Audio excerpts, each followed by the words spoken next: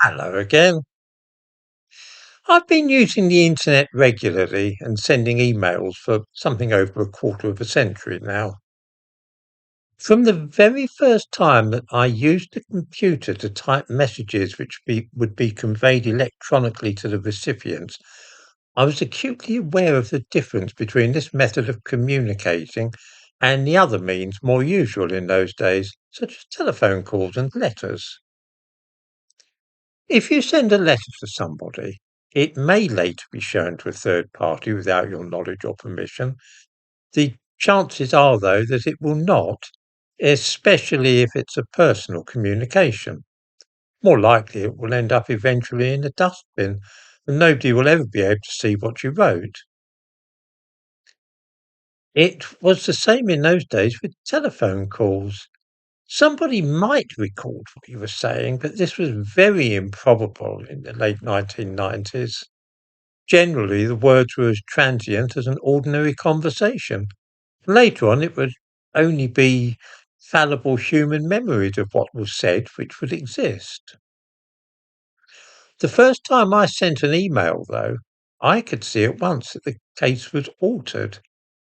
There would probably be some record on my computer of what I was typing, and then the message would have to pass through other computers before being reconstructed at the computer of the person to whom I was sending it.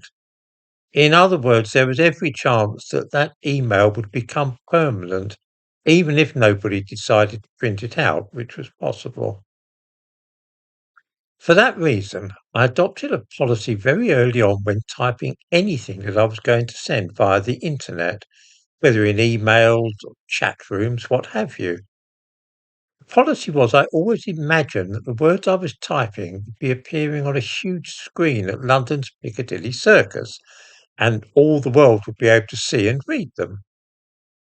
Not that there was anything illegal or dubious about any of those messages. It just seemed a sensible precaution. The result is that any email or communication which I have ever made on the internet could be produced now, and the worst that one could say of it was that I had been a bit sharp and unpleasant, or that I had made some catchy remark about an acquaintance. I always assumed that if I behaved like this, then so would anybody else in his or her senses. But judging from the emails which have lately come to light associated with Jeffrey Epstein, this is not at all so. How on earth could Prince Andrew have been so stupid as to arrange for a girl to be supplied to him, or to talk about hosting Epstein at Buckingham Palace? Did he really not know that he was creating a permanent record when he pressed send? What about people like Peter Mandelson, who is supposed to be one of the cleverest men in politics? Can he really be that? I won't say stupid, but can he really not be clever enough to know that his emails might come to light one day to his disadvantage?